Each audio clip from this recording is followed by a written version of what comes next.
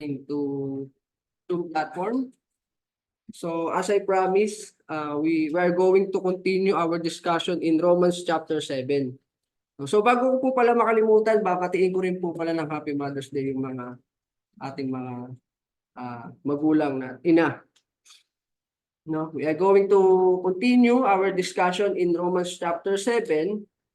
But before we proceed to the following verses, let's have a quick recap. No? Magbalik tanaw po muna tayo doon sa nakaraang diniscuss natin about knowledge of sin is through the law na ating pong binasa sa chapter 7 ng Book of Romans. No? Yan po yung pamagat ng ating previous lesson. The knowledge of sin is through the law.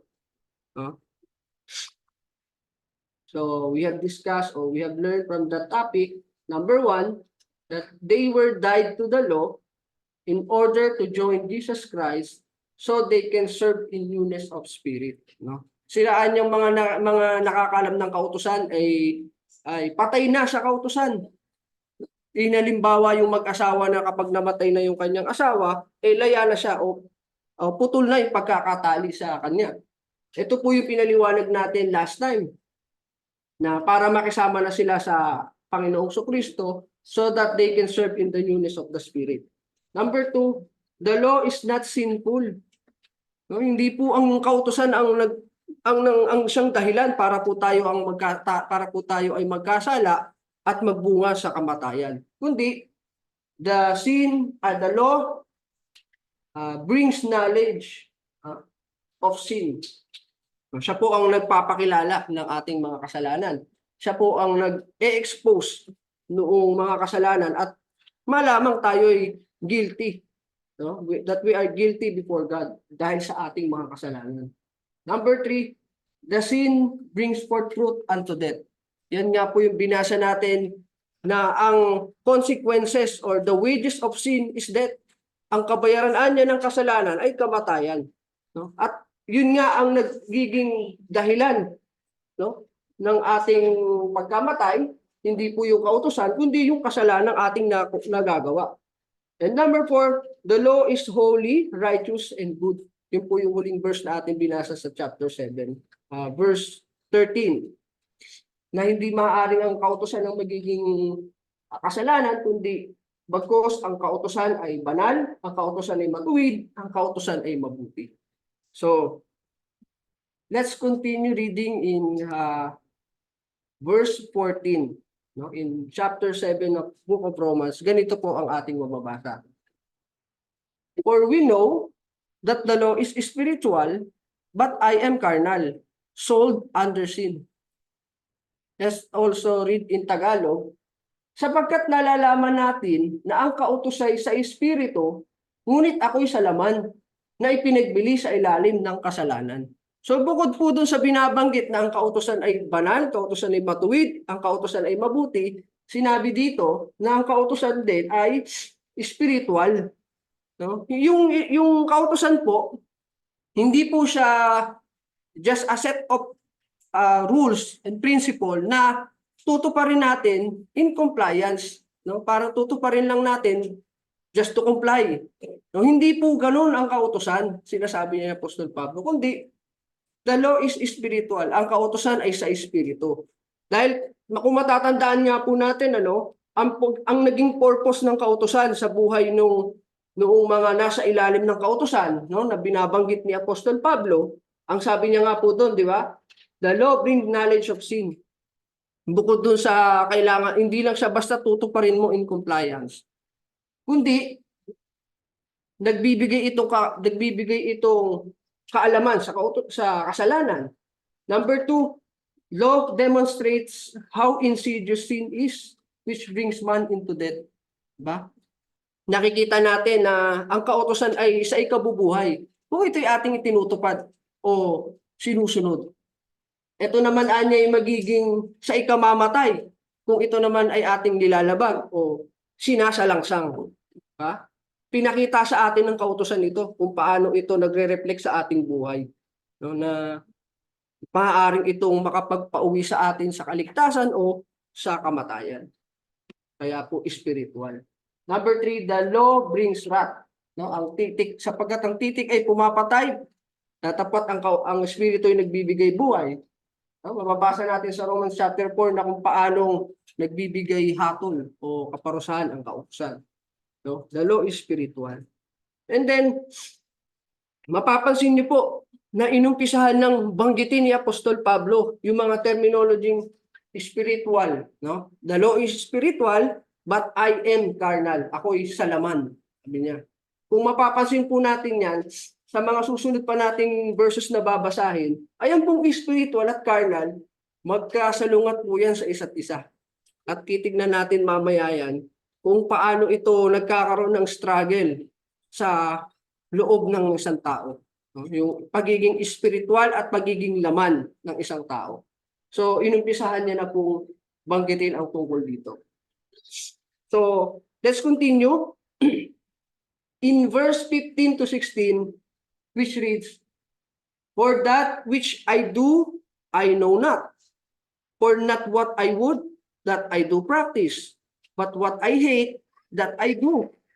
But if what I would not, that I do, I consent unto the law that it is good." Let's read in Tagalog. Sapagkat ang ginagawa ko'y hindi ko nalalaman. Sapagkat ang hindi ko ibig, ang ginagawa ko. Datapat ang kinapupuotan ko, yaon ang ginagawa ko. Ngunit kung ang hindi ko ibig, ang siyang ginagawa ko, ay sumasang-ayon ako na mabuti ang kautusan. Diba? Sabi niya kung ano yung hindi ko ibig, yun naman ang ginagawa ko. Diba? At kung ano yung kinapopotan ko, ay yun ang siyang ginagawa ko. No? Para ipaliwanag po ko yung ibig niyang sabihin, let me show you the illustration. No?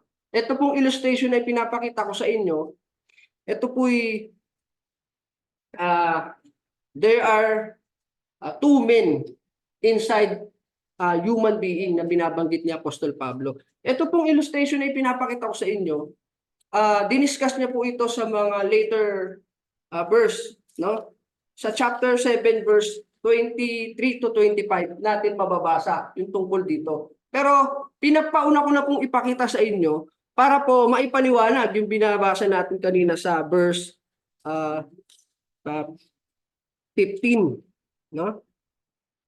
Ang sabi niya sa 15, ang hindi ko nalalaman sapagkat ang hindi ko ibig, ibig sabihin, ito po kasing inward man o yung pagkataong loob niya na tumutukoy dito yung kanyang espiritu, ito naman yung outward man niya, ang tinutukoy niya dito yung kanyang lamang makataong laman o yung kanyang panglabas na pagkatao, the outward man. Itong inward man na kanyang espiritu, delighted in the law of God. No, na sa Tagalog, ano ba po sa Tagalog to? Nagagalak. No? Itong kanyang pagkataong loob o espiritu, nagagalak sa kautusan ng Diyos. At gusto ng kanyang espiritu, maglingkod dun sa kautusan ng Diyos. Samantalang ito naman kanyang pagkataong labas o yung kanyang flesh,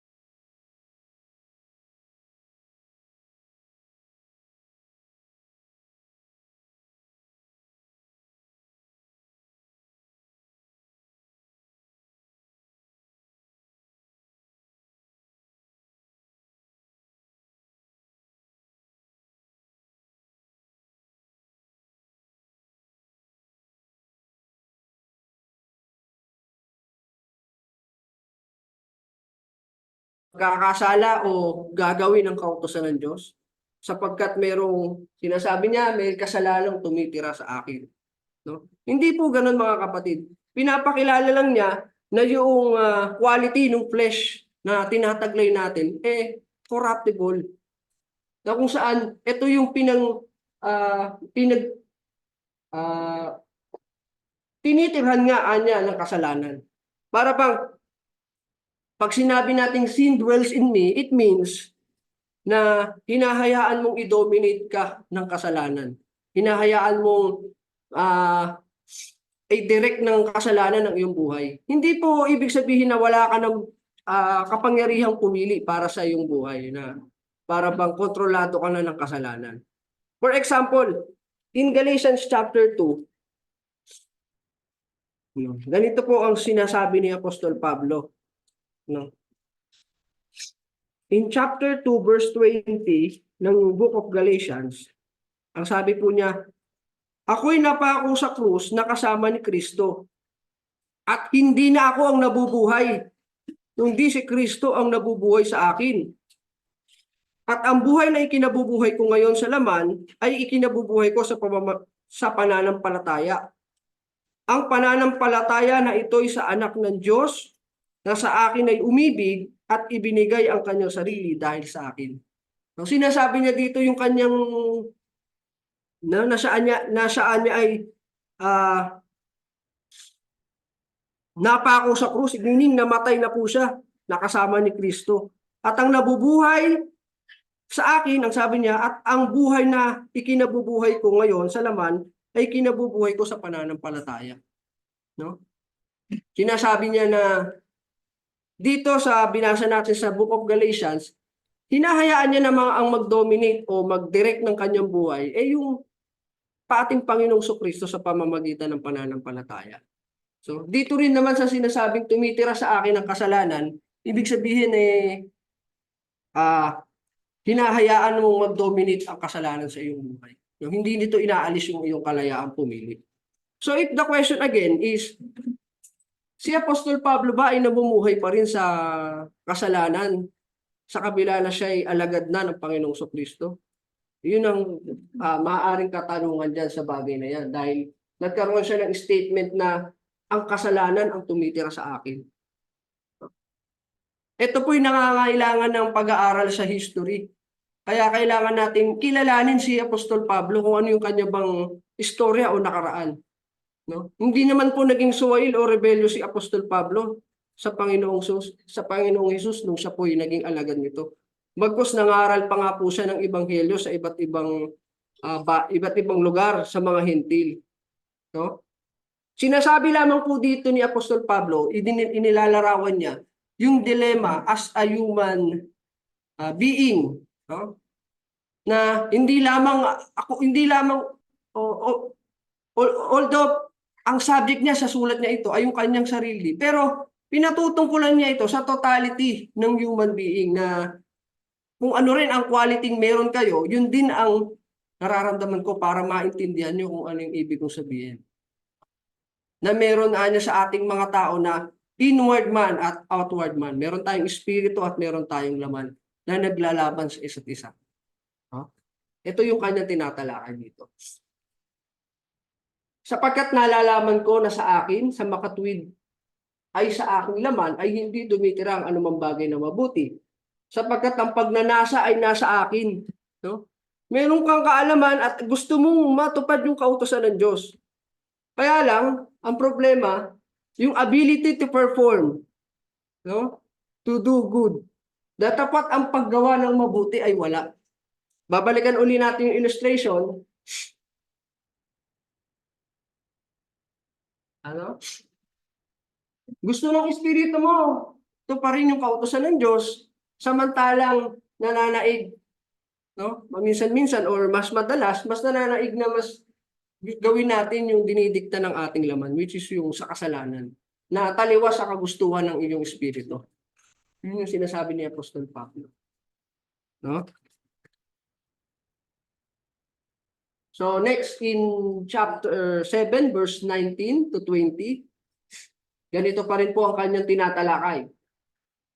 For the good which I do not, but the evil which I would not, that I practice.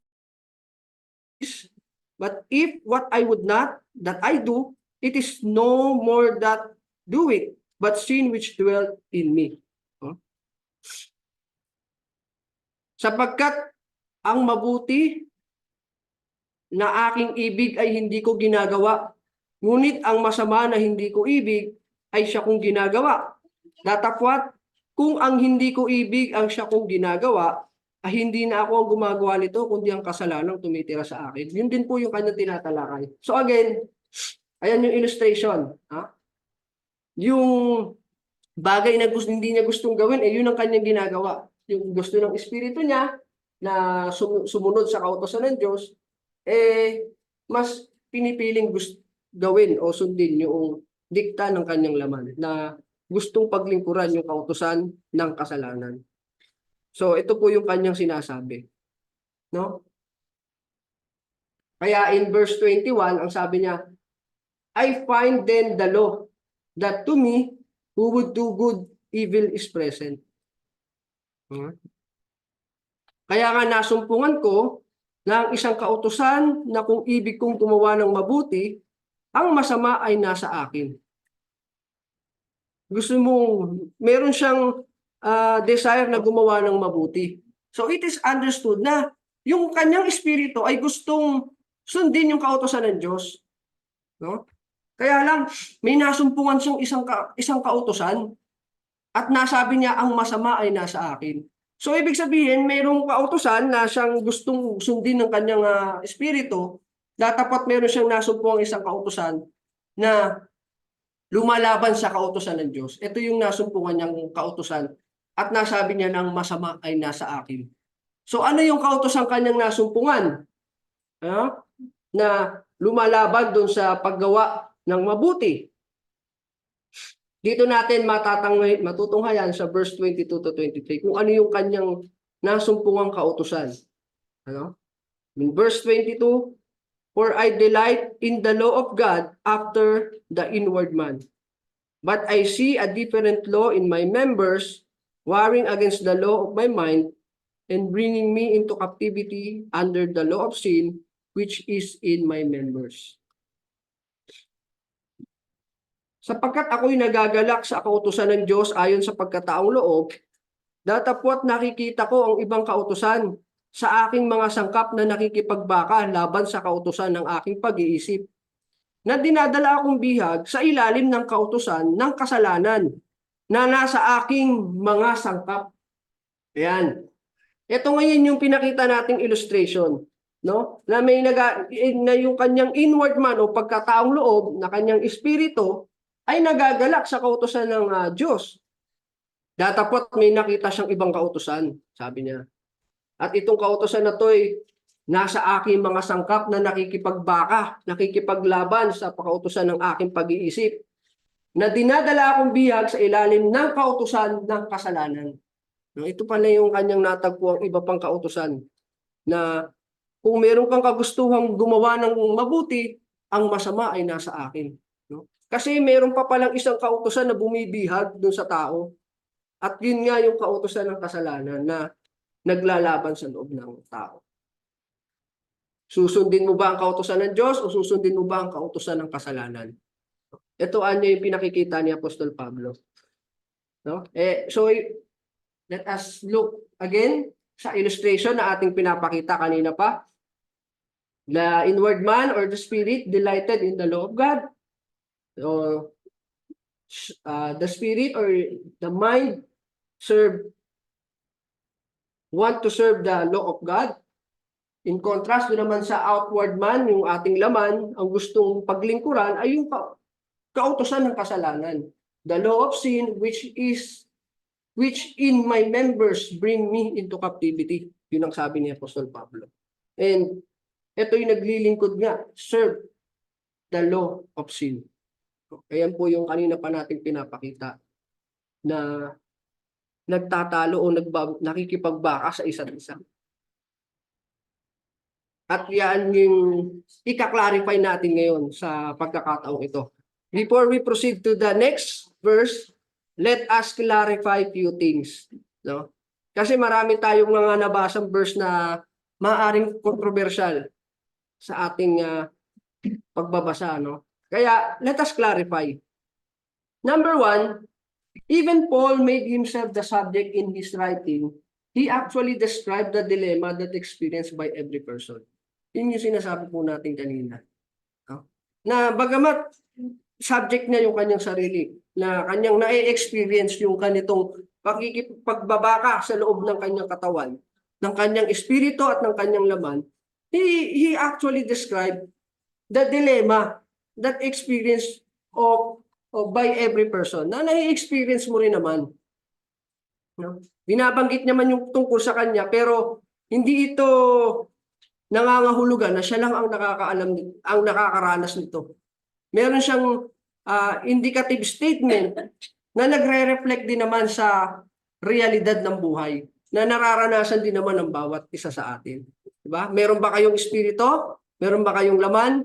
Nararanasan nyo rin to. Ito yung kanyang pinaliliwanag dito. Bagamat ang subject niya ay yung kanyang sarili. At hindi naman siya rebellious sa Diyos. Hindi siya nabubuhay sa kasalanan kung titignan natin yung kanyang buhay. Sapagkat binasa natin sa Galatians chapter 2 na yung kanyang ikinabubuhay na nito ay yung Panginoong, ang nabubuhay na sa kanya yung Panginoong Jesus na sa pamamagitan ng pananampalataya. So, hindi po talaga siya suwail o nabubuhay pa sa kasalanan, kundi pinaliliwanag niya, again, yung dilema na nararanasan ng bawat tao, na may espiritu at mayroong laman. Number two, he is not only writing about his nature as a man, but to the totality of human beings. Yun nga po yung ating sinasabi. Number three, God did not give us sinful nature. Our passion towards carnal desires only trigger when we want to fulfill our self-interest. No, baka isisi naman natin sa Diyos. Ang Diyos naman kasi binigyan tayo ng sinful nature, kaya naman nagkakasala tayo. Hindi po. Hindi po natin maisisisi sa Diyos na kung tayo ay nagkakasala, dahil binigyan niya tayo ng makasalanang pag-iisip o inilikha niya tayo para magkasala. Ipinaliliwanag ni Apostol Pablo na yung ating quality, ng ating laman, ay corruptible at prone na maka-commit ng kasalanan. No? Hindi tayo binigyan ng sinful nature ng Diyos na tayo po ay nagkakaroon ng desire na gawin yung kasalanan o yung carnal desires kapag gusto nating mapulfill yung ating self-interest, no? Yung ating makasariling interest, yung ating makasariling kagustuhan. Minsan, gusto nating yumaman, gusto nating maging maginhawa sa buhay. Sino ba namang gusto, sino ba namang ayaw nun? Pero yung iba kasi, ginagawa ito sa maling pamamaraan para lamang matupad mo yung iyong self-interest. Kahit na meron ka ng matapakang tao, kahit meron ka ng masaktang ibang tao, gagawin mo to dahil sa iyong makasariling kagustuhan. At doon tayo nagkakasala dahil gusto nating matupad yung ating kagustuhan. At doon nagtitrigger yung ating passion towards carnal desires. But what God gave us is the free will, the power to choose for ourselves. Yun ang ibinigay sa atin ng Diyos. No, yung mamalayang nakapamili para sa iyong buhay, makapagdesisyon para sa sarili mo. Sinasabi naman ng Diyos na ito ang buhay, inilagay ko sa harapan mo, ito ang buhay, ito ang kamatayan. Pumili ka. Piliin mo ang buhay. Gusto ng Diyos umaasa ang Diyos sa atin na ibigin natin siya, na ibigin natin ang kapwa natin, tuparin natin yung mga kautusan. Piliin natin yung buhay. Pero hindi inaalis sa atin ng Diyos na makapamili tayo ng malaya para sa ating sarili. 'Di ba? Kahit na nandiyan naman na yung mabuti at masama, meron tayong kalayaan pumili sa dalawa. Kaya yung iba pumipili pa rin noong kasalanan o sasama ng kanyang buhay. No, ito po yung ibinigay ng Diyos sa atin. At ito po yung gusto ko pong linawin sa tinatalakay natin sa Book of Romans, chapter 7. So, let's continue in verse 24. Rich man that I am, sabi niya. Who shall deliver me out of the body of his death? Abang tao ako. Sino ang magliligtas sa akin sa katawan nitong kamatayan? Kawawa naman ako. Kasi yun nga yung kalagayan natin eh. Yun yung quality ng ating laman eh. Na bagamat gusto mo, merong pagnanasa na gusto mong gumawa ng mabuti, eh yung paggawa naman ito ay wala. Dahil mas nananaig sa atin minsan, madalas yung paggawa nga nung dinidikta ng ating laman. Huh? Eh ngayon, sino magliligtas sa akin sa katawan nitong kamatayan? Ipapunta sa kamatayan dahil nga sa kasalanan ginagawa. No? Kaya ang sabi niya sa verse 25, I thank God through Jesus Christ our Lord, so then I of myself with the mind indeed serve the law of God, but with the flesh, the law of sin. Nagpapasalamat ako sa Diyos sa pamamagitan ni Jesucristo na Panginoon natin. Kaya nga tunay kong ipinaglilingkod ang aking pag-iisip sa kautusan ng Diyos, datapwat ang laman ay sa kautusan ng kasalanan. So may pag-asa. Bagaman tayo ay nasa katawang sa kamatayan dahil nga ito yung dikta talaga ng laman eh. May pag-asa. Hindi tayo pinabayaan ng Diyos na bagamat sabi nga niya, kawawa naman akong tao, sino magliligtas sa akin? Yun din yung katanungan natin. Sino ba ang magliligtas sa atin? Wala na bang pag-asa? Meron. Kaya po, ipagpasalamat natin sa Diyos na tayo'y inihatid niya mula doon sa mga kasalanang nagtatali sa atin. Doon sa mga Hudyo, doon sa sa verse 1 na ating tinalakay, ang sabi niya, pinalaya na tayo, patay na tayo sa kautusan sa pamamagitan ng katawan ni Kristo.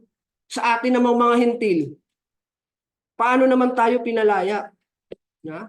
Tayo po ay pinalaya naman sa kautusan ng kasalanan. Yung dati nating pagkataong gusto yung kasalanan, doon tayo namatay o doon tayo pinalaya ng Diyos sa pamamagitan ng Panginoong Kristo. No? Kaya nga, let's read Romans chapter 6 verse 6. No? Ito po ay tungkol sa bautismo na binasa rin naman natin sa ating previous lesson. No? Yung naunang verse dyan, tungkol po sa bautismo na tayo nakikipagkaisa sa kamatayan ni Kristo sa pamamagitan ng bautismo. Tayo ay namamatay, tayo ay nalilibing kasama niya sa ating bautismo. Kaya ang sabi dito sa verse 6, alam natin na ang dati nating pagkatao ay ipinako sa krus kasama ni Kristo para mamatay. Kaya hindi na tayo dapat alipin pa ng kasalanan. No? Sapagkat ang taong patay na ay malaya na sa kasalanan. At kung namatay tayong kasama ni Kristo, naniniwala tayong mabubuhay din tayong kasama niya. Ano? Yun yung gusto ko pong ipakita dito.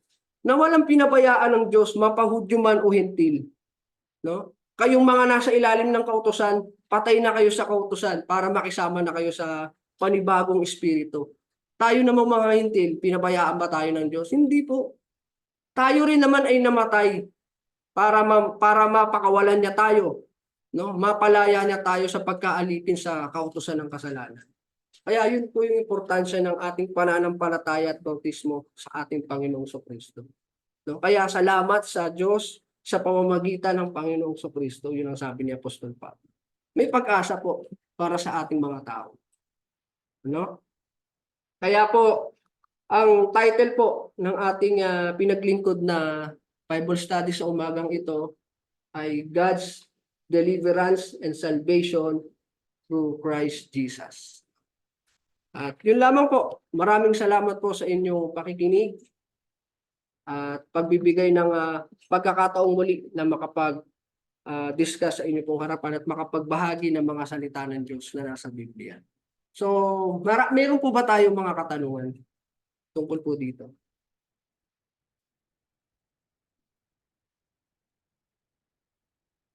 Kung wala naman po. So kung wala po, maraming salamat po. Magandang umaga po sa inyo lahat.